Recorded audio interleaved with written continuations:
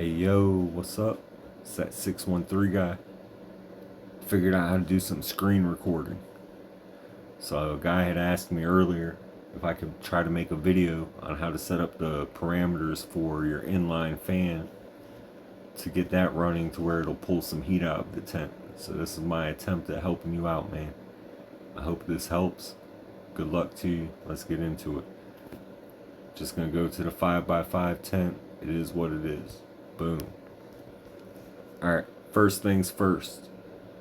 Make sure that your app is updated. They just did a new update like 3 days ago. There's some new parameters in there. There's different settings you can set up even from what I have on my screen right now. There's stuff that I didn't even realize was in here until I got ready to start making this video, and I'm like, holy shit, like I gotta go back and reset all kinds of stuff. I'm just gonna go straight through for the inline fan, okay? Socket 9 right here. Alright. That's my inline fan. 6-inch inline fan. Because that is running off an RJ12 port, if you notice all of these that are in manual mode, the 6-inch oscillating fan here, the 6-inch oscillating fan here, the light, anything that's in manual mode is something that's running off an RJ12 port. The reason why, and again, this is my setup, I don't know if it's correct, but it works. I want them plugs to be powered. I want them items to be potentially on at any given time, because the system controls that, right?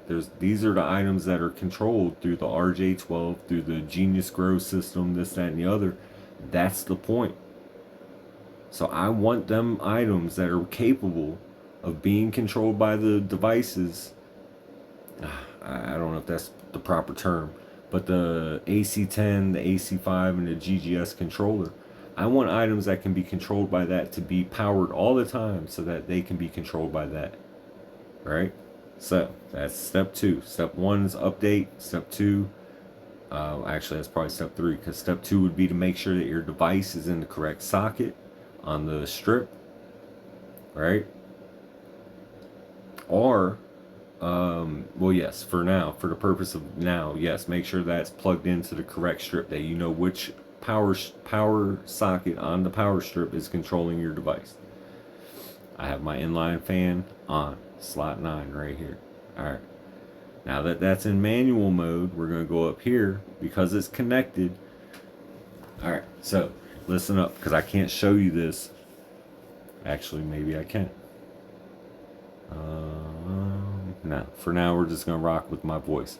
Alright, your blower can be plugged. My blowers are plugged directly from the RJ12 port on the blower, on the inline fan. There's an RJ12 port. From that port, I've run that directly straight over to the device side. There's 2 device ports on the AC10, and there's 2 device ports on the AC5, and on the GGS controller, I believe there's 2 device ports on there as well. But you have to do that one a little bit different. I'm going to show you that in a different video. But if you're using the power strips, you would run the blower directly to the device port. Alright, can you see this? On this picture, I don't know if you're using your GGS controller right here, but the GGS controller from a device port runs into a splitter. Your blower runs from its RJ12 port into that same splitter, and then that goes to the device port right here on your AC10 power strip. For me, I'm not using the GGS controller, so therefore I don't need this splitter, and I don't need this 6-inch RJ12 port. I have this blower running straight from this RJ12 port, and that is a 6-foot RJ12 port, and it's running directly into that device side.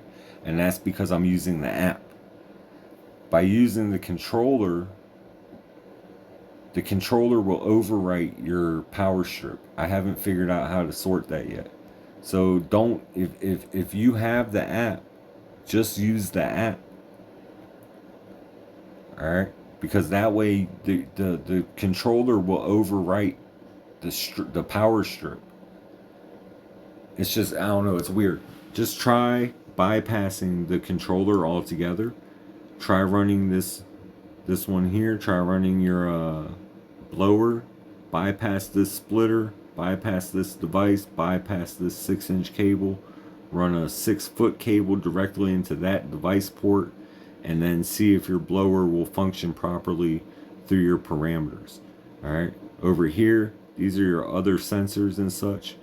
I have everything pretty much the same, kind of, but not really, because I also have both of my fans run to a splitter before they run to the fan side. Anyhow, we're just going to focus on the blower.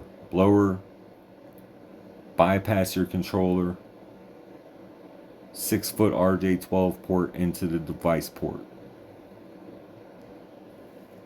With it being in the device port, now it will always be powered right here. It'll always be powered on that one. Now go into your environment settings and you set your temperature parameters, your high temperature, your low temperature, the dead zone.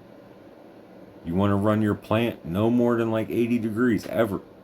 It doesn't need to be that hot. 80 degrees should be your max temperature. Your nighttime temperatures will vary. Your lows will vary from your different stages. Veg, 80 to 70. Flower, go 75 to 65. Late flower, you want it to be like maybe even 70, 65 down into like 60 for your lows. I don't know. Everybody's different. Again, I'm not anybody to listen to. This is just what I do. Your humidity, again, you're gonna want like 70% humidity during the daytime, 60% at night. That's pretty much during veg, and then a little bit in the flower. And then as you get into flower and your buds start to develop, you definitely want to turn your humidity down. That's how you'll get bud rot, this, that, and the other. CO2, I'm just going with, I got an Evergrow bag in there. I want to see what it does. So I just have the parameters just set it whatever on that.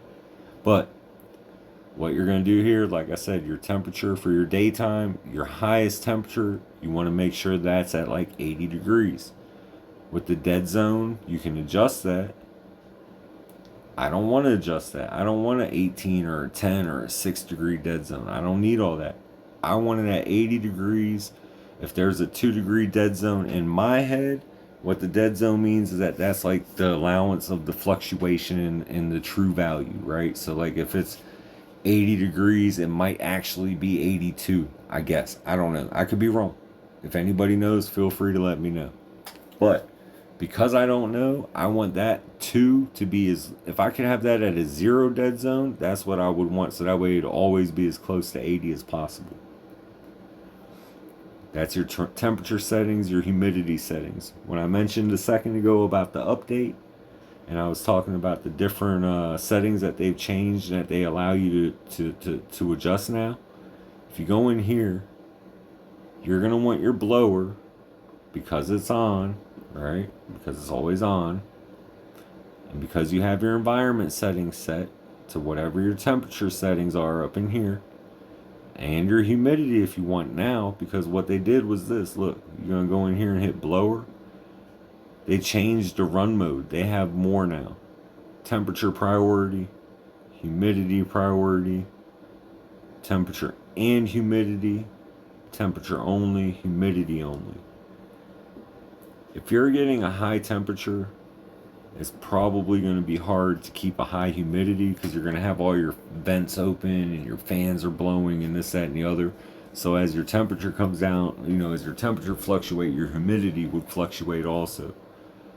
I'm running mine in environment mode, which means that in environment mode, it's going to be set to that 80 degrees that I had as my temperature setting for my tent. The run mode is going to be temperature only, because that's the only one that I'm really worried about, is at 80 degrees. I don't want it to get too hot. When the fan does kick in, it's going to be running at 100%. I can adjust this. It can go lower. Right? So like if I had a bigger fan in a smaller tent, I might not need it at 100. It's a 5x5 tent with a 6 or 8 inch fan in there. I need it at 100%. When it gets that hot in there, I want it to immediately push that air out. So I have that at 100%.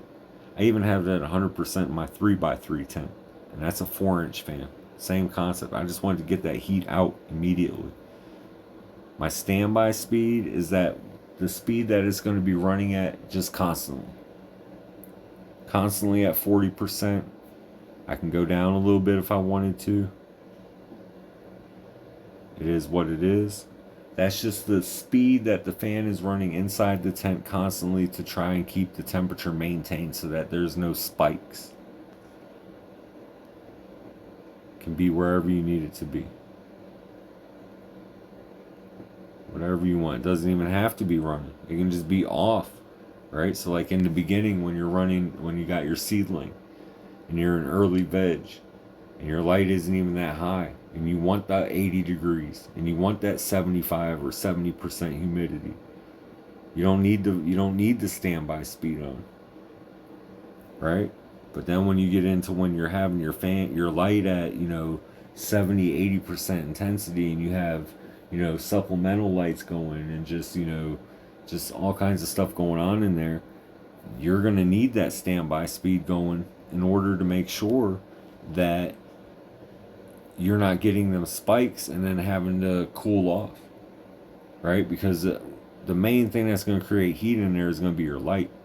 And one of the things you can do with your light is you can turn the light off if it hits a certain temperature, or you can go dark if it hits a certain temperature, right? But you don't want, and that's not the light temperature, that's the temperature of your environment. Then would be when your environment in your tent, that's what I'm saying, man. Spider Farmer, man, they got so much cool stuff you can do with all of this. I'm sure all these people do. AC Infinity, I heard, was the real pro. But I don't know. I didn't have AC Infinity money. So we just went with some Spider Farmer. But I'm not calling it second best because I really like everything that I'm able to control. But yeah, man. So if my light is my main thing creating heat, obviously the further into the cycles of life that the plant goes, the higher the light intensity is going to be.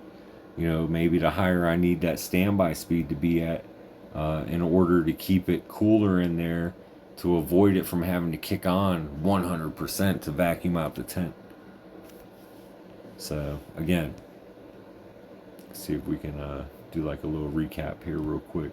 And then I'm going to watch this video, and if it's good, I'm going to post it, and I really hope that it helps anybody who needs help. So again, number 1, check and make sure your app is updated. Number 2, make sure that your items are plugged in to the correct plug and that you know which socket you have it plugged into so that you have that socket turned on. Right? Number 3, make sure that it's in manual mode. And this is for your fan. We're only discussing the fan. Make sure that it's in manual mode. You can do whatever you want. I'm sure there's other ways. I'm sure somebody else will tell you another way. You can set it to temperature mode and then it'll do what it's going to do. I'm not worried about all that, man. I just want it manual mode. I want it on, right? Manual mode, on. Then we go back here. Then we go to our environment settings. We're going to set our temperatures parameters where we want them. If you need to, set your humidity. If you want to do your CO2, go ahead. They're probably going to be coming with some kind of a adjustment to this, but VPD for now, it just reads. Okay. So once you have your temperatures, and you're going to go back out here, and you're going to go to your blower. You're going to make sure that your blower is in environment mode so that it automatically turns on when it hits your temperature parameters, if that's what you're doing. If you put it for humidity and temperature, both of them are items that are in environment mode. If you put it in cycle or time slot mode, I'm not sure how that would kick on if the temperature gets out of control, because it's only going to give it power during certain times or certain cycles. So again, environment mode, temperature, or temperature and humidity if you're having issues with humidity. Running speed as high as you need it to get that heat out of your tent. Pretty much you should want it to be like where it's sucking the walls of the tent in a little bit. I mean, you don't want it to implode, but it should be pulling air through vents. Have your vents open accordingly. Have your oscillating fans on. Have them oscillating, one above your light, one at the base of your tent. That'll keep your air circulating. Open whatever vents you need to open. If you need to open the little, the circle vents, open them. If you need to open the panel vents on the side with the screens, open them. I open the zipper at the bottom of my doors. I'm running auto flowers, man. It's not going to hurt them if light gets in there, right? But I need that air out. It gets too hot, it's just not good. So whatever you have to do to get that air out and get that heat out, that's what you got to do. If the bottom of your vent doors, if the bottom of your doors open at your tent, on your tent, it can pull air through there, and your fan should be up at the top, and then it'll pull through. Heat rises. So you want your fan wherever your heat's going to be. Your heat's going to be at the top of your tent. You want vents open that are like catty corner, like diagonally down from your fan would be the vents that you would want to open to achieve like the most airflow. Like it'd be pulling in all the way across the tent. I don't know. There's different things. But mainly you want your vents open. You want your fans running. Obviously you don't want your light too close to your plant. If you've watched any of my videos, because I had new setups going, I hadn't run any tests or anything. I had my lights too far, and I created my own issues by doing that. But you can definitely have the lights too close and burn up a plant, and that sucks. So hopefully this helps. Good luck to you. And again, I'm gonna try and make a video with the GGS controller next. But my advice would be that if you have an AC power strip and that's not AC Infinity, I'm saying the AC5 or the AC10 power strip. If you have one of them power strips and you have the GGS controller and you have a cell phone with the app, I would recommend just bypassing the GGS controller and just going straight into the device port with your blower, and then running everything through the app and using the different settings as I was showing on here. Blower in environment mode, on temperature, save it, and then it should kick in automatically whenever you need it to. All of them dips and valleys and peaks and all of that on here. That's just various things from my AC kicking in on my house and the temperature in the room. It's been it's been weird trying to get everything dialed in, but I like it. It's cool, man. Good luck. 613 guy. Holla.